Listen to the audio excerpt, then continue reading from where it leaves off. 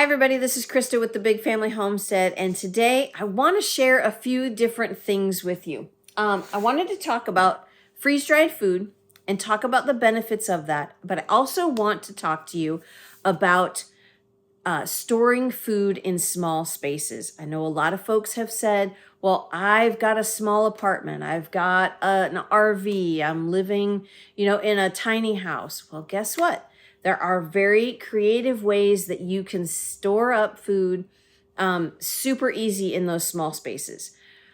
We have experience with this, so don't look at our house now and think, oh, well, you've got all the space in the world. Well, we don't have all the space in the world. We do have more space than we have had in other houses. We have had smaller houses where we have had to find creative ways to store food. One being in 5-gallon buckets with Mylar bags and oxygen absorbers under our bed mattress. Okay, so under the mattress of the bed, under a king-size bed, you can fit 36 5-gallon buckets. I know this because we have done it. We did it for many years. A queen-size bed can hold 30 buckets. We've not done it to twin-size beds because most of our twin-size beds are bunk beds, so that would be a little weird. But that is one way that we can store a lot of food. We have done 5-gallon buckets under staircases. So we had those little closets that are underneath staircases, and excuse me, and we were able to put quite a few buckets in there. But make sure that when you do put them underneath there, you take inventory of what you have. Mark it clearly on the outside. Keep a note in your phone or on a computer or on a notepad somewhere where it's easily accessible. That way you know what you have. You can resupply if necessary, or, oh, I'm low on oats or something like that, or I'm low on beans, I need to restock those. So that way you can keep track of what you've got. Tall shelves are another way you can store a lot of things in a small space. But be mindful, put heavy things on the bottom and lighter things towards the top, like toilet paper or paper towels or things like that. Lighter Thrive Life cans are awesome. Up on the top shelf, you can fit a lot on tall shelves if you just are creative in the way you store things. You can also, underneath your mattresses, you can use the storage bins, and you can put in different items. Make sure they're the stronger bins though, not the weaker ones. You can put an assortment of things in there. That way it's closed up, kept from dust. Mice don't get into it if you have a problem with that, which who doesn't? Most people have an issue with mice once in a while. So that's another way that you can store up stuff. And I know a lot of folks say, well, I don't have the freezer space for a lot of beef or a lot of this, a lot of that. Get a dehydrator or get a freeze dryer. But the thing is, not necessarily getting a freeze dryer. I'm suggesting getting Thrive Life freeze-dried food, because you can get a lot of different cans for a lot less money than you have your output of a freeze dryer. The freeze dryers can be so very expensive. I think the medium-sized one right now is $2,700. That's a lot, guys. And if you just spend some time getting some of these, or, and I know everybody's going to say, not everybody, a lot of people are going to say sorry, I'm glitching again.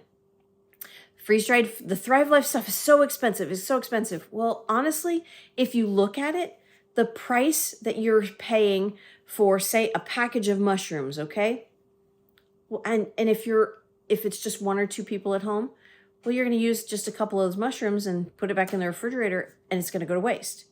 Where we buy a can like this, a pantry can like this of mushrooms, and I'll just take a small handful, and then I can put it back in the pantry. There's no waste. So in the long run, you're saving money because you're not throwing money away with the mushrooms or the blueberries, or, the bananas that go bad and, well, oh, whoops, went too long. I can't make banana bread now. The thing is you've got to plan out stuff like that. So freeze-dried food, let me tell you the difference between dehydrated and freeze-dried food. Dehydrated food is great for some folks. I honestly, I'm not knocking it. We have dehydrated food for many years before we found this. I didn't, yeah, you can throw it into soups and things like that. It takes a really long time to come back and rehydrate, you know, yada, yada. I can't eat it right out of a can. Well, I can eat this right out of the can. It's not going to break my teeth. If I open up a can of blueberries, I'm going to be able to eat them easily. They're not going to break my teeth. Popcorn, or not popcorn, but dehydrated corn, you know, it's as hard as popcorn, you know, when you've got it fully dehydrated. The thing with dehydrating is you're also heating it to a certain temperature. I mean, the lowest temperature I think on our dehydrator is 125 degrees. Well, you're heating it, and in the process, you're killing off the nutrients that you want to keep in your food. Well, with freeze-dried, what it does is it freezes at a super low temperature. I want to say it's like -35, -40, somewhere around there. It gets down super cold, and then it starts to draw the moisture out. So it freezes it right away, and it locks in all of those nutrients. And then it draws out the moisture, and it stays as good as when you picked it. Freeze-dried food is so delicious right out of the can. Even the meats, trust me, I've done it. I've taken a piece of chicken out, and it is cooked chicken, so it's not raw chicken. I've taken a piece of chicken out, and I've eaten it. It's strange at first, but then as the moisture from your saliva softens up the chicken, it's so delicious. Trust me, it is super good. So this is awesome. It's super lightweight. This can weighs less than 2 ounces. Okay. So if you're RVing or if you live in a tiny house, this does not take a lot of space. It's not a lot of weight, and it's delicious.